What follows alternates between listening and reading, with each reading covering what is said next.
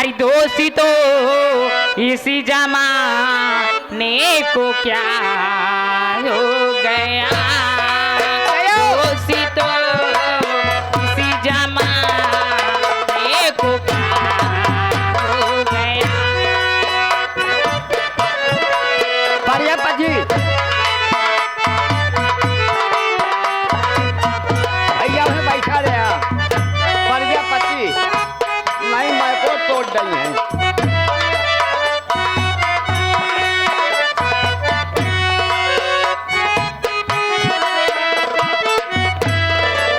हो गया दोषी तो इसी जमाने को क्या हो गया, दोषी तो इसी जमाने को क्या हो गया। जिसी को चाहा वही बेवफा,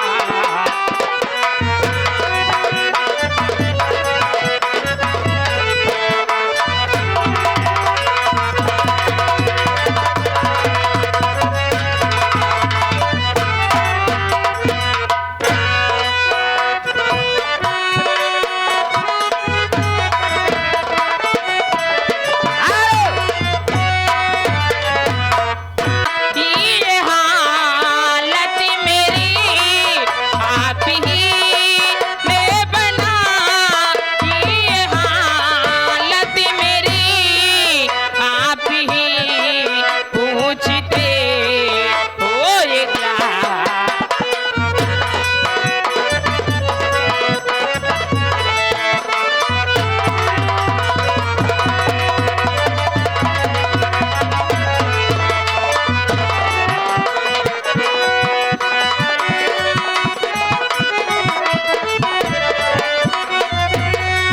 आप ही गए रोज नजरे मिलाते गए, आप ही गए,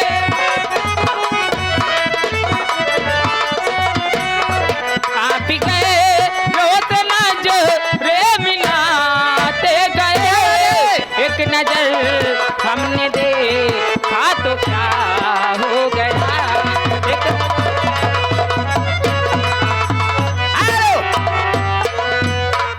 हरे करे लपा लपा लपा लपा, बोली में तो हो रहा नबा तारा नबा, देखी के लोग दीवाना बा।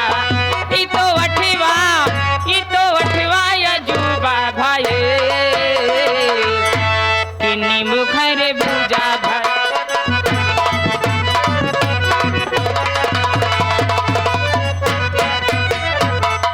बड़ी सौभाग्य की बात हमारी कायल रतिया दे रतिया बाहर दिन घायल, रतिया दियावे पिया के प्यार कायल, रतिया दे रतिया बाहर दिन घायल।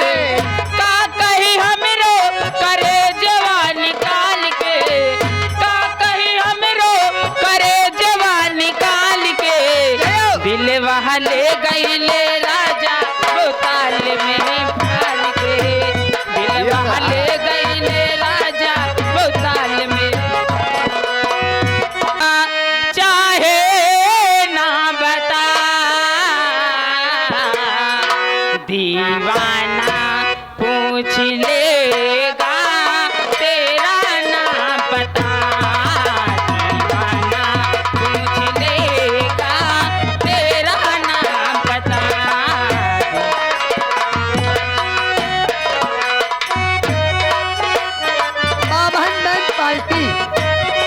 पावन बैंड पार्टी ग्राम सभा श्री रामपुर से चल कर के आए हुए मास्टर साहब, ये हमारे भैया। चाहे ना बता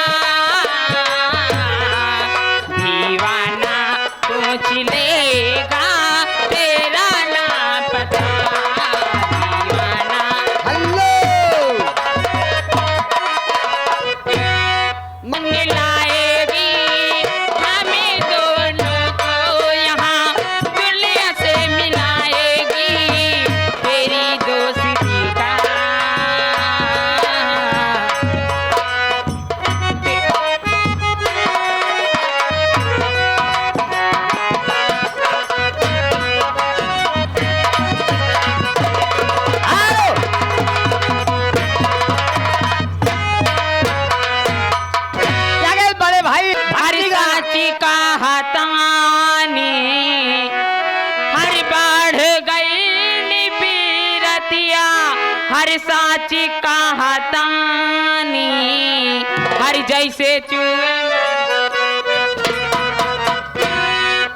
जैसे चूहे महुआ राजा चूहे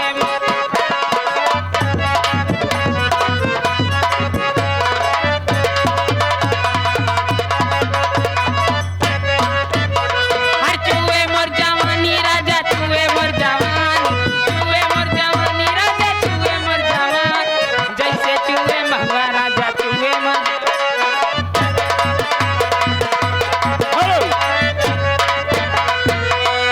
ये मानवर सर्वसमय छाया हुआ नाम शत्रुघ्न सिंह छोड़ा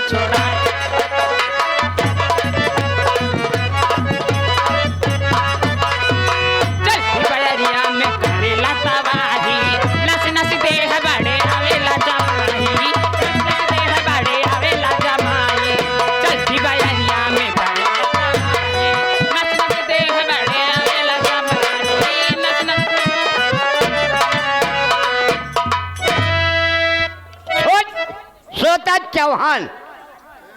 सोता चौहान छोटी सी बिटिया रानी जी पिताजी गोद में बैठी हैं। बिटिया रानी सोता चौहान जी 11 रुपये का पुरस्कार का कर बेचारी और पैसों नहीं अपने बाप से मांग के 10 रुपया प्रणाम बा बिटिया रानी जी का धन्यवाद। पढ़ाई लिखाई सोता बिटिया अधिकारी बने यही